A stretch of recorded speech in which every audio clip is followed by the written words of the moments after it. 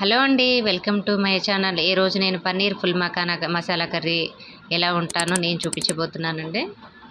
దీనికోసం మనం ముందుగా ఒక పెద్ద ఉల్లిపాయని సన్నగా కట్ చేసి పెట్టుకోవాలి. అలాగే ఒక పెద్ద టమాటాని తీసుకొని కట్ చేసి పెట్టుకోవాలండి గ్రేవీ కోసం. దీంట్లో కొంచెం జీడిపప్పును వేసుకోవాలండి.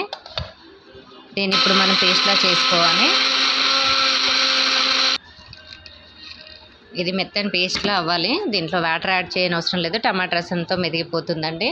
ముందుగా మనం పొయ్యి వెలిగించుకొని మందపాటి గిన్నె కానీ కడాయి కానీ తీసుకోవాలండి. అది వేడైన తర్వాత మనం మక్కని ఎన్ని వాడతామో దాన్ని రోస్ట్ చేసుకోవాలండి. డ్రై రోస్ట్ సిమ్లో పెట్టుకొని వేయించుకోవాలి. కొంచెం క్రంచీగా అవుతాయి అప్పుడు అవి. ఇలా బాగా కలుపుకుంటూ రోస్ట్ చేసుకొని ఒక ప్లేట్లోకి తీసి పక్కన పెట్టుకోవాలండి. ఇప్పుడు మళ్ళీ అదే కడాయి పెట్టేసుకొని దాంట్లోకి మనం నూనె వేసుకోవాలండి. మీరు బటర్ తీసుకుంటే బటర్ తీసుకోవచ్చు. నేను ఇక్కడ ఆయిల్ వేసుకున్నాను. హోమ్ మేడ్ స్టైల్లో చూపించబోతున్నానండి. నూనె వేడెక్కిన తర్వాత దీంట్లో ఒక 1 టేబుల్ స్పూన్ జీలకర్ర, అలాగే ఒక 5-6 పచ్చిమిర్చి చీలికలు వేసుకుంటున్నాను. ఇప్పుడు ఇవి బాగా కలుపుకోవాలి. పచ్చిమిర్చి బాగా వేగాలండి, పచ్చివాసన పోయేలాగా. ఇప్పుడు ఇలా ఇవన్నీ బాగా వేగిపోయాయి కాబట్టి దీంట్లోకి మనం కొంచెం అల్లం వెల్లుల్లి పేస్ట్ వేస్తున్నానండి. దీంట్లో చేసింది కాబట్టి చాలా తక్కువ తీసుకుంటున్నాను. అలాగే 2 రెబ్బల కరివేపాకు ఇప్పుడు బాగా కలుపుకుందామండి. కరివేపాకు కూడా బాగా ఫ్రై అవ్వాలి. అలాగే కాస్త కొత్తిమీర కట్ చేసుకొని వేసుకోవాలి. ఇప్పుడు ఇవన్నీ బాగా కలుపుకొని కొంచెం ఫ్రై అయ్యేదాకా ఆగాలండి. మధ్యలో ఇలా కలుపుతూ సిమ్లో పెట్టుకోవాలండి, హైలో పెట్టకూడదు. మనం చాలా సింపుల్గా ఈజీగా చేసుకోవచ్చండి కొంచెం ఐటమ్స్తోనే. ఇప్పుడు మనం పేస్ట్ చేసుకున్నదంతా మిశ్రమాన్నంతా ఈ పోపులో వేసుకోవాలండి. ఇదంతా బాగా కలుపుకోవాలి మీడియం ఫ్లేమ్లోనే పెట్టి.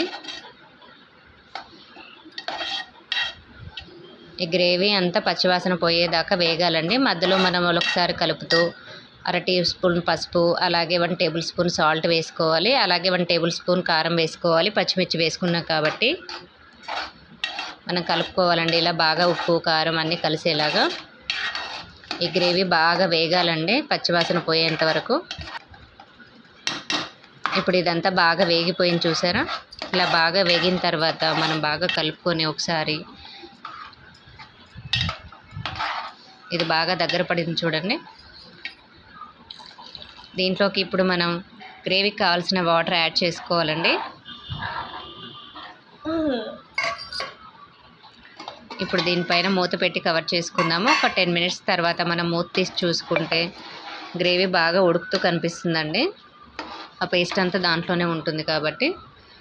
ఇప్పుడు బాగా దగ్గర పడేలోపు మనం తీసుకున్న పన్నీర్ని ముక్కలుగా కట్ చేసి పెట్టుకుని దీంట్లో వేసుకోవాలండి. మనం దీంట్లో కాస్త గరం మసాలాను కూడా వేసుకుంటే చాలా టేస్ట్ బాగుంటుందండి. మీకు నచ్చితే ధనియా పౌడర్ కూడా వేసుకోవచ్చు. మనం పన్నీర్ ముక్కలతో పాటు ఫుల్ మకానా వేయించి పెట్టుకున్నాం కదండి, వీటిని కూడా ఇందులో వేసుకొని స్లోగా కలుపుకోవాలి. ఇది చాలా త్వరగా అయిపోతుంది. ఇప్పుడు మళ్ళీ మూత వేసుకొని మనం ఒక 10 మినిట్స్ తర్వాత తీసి చూసుకోవాలండి. చాలా వరకు ఉడికిపోయి ఉంటుంది. నేను పన్నీర్ కూడా హోమ్మేడ్ పన్నీర్ తీసుకున్నానండి. హోమ్మేడ్ కాకపోయినా బయట షాపులో దొరుకుతుంది కదా, పిల్క్ షాప్లో, అలాంటిదైనా తెచ్చి ట్రై చేయొచ్చు. ఇది చాలా టేస్ట్గా ఉంటుందండి. అంతే అండి, మనం సర్వ్ చేసుకుంటే సరిపోతుంది. ఈ వీడియో మీకు నచ్చితే లైక్ చేయండి, షేర్ చేయండి.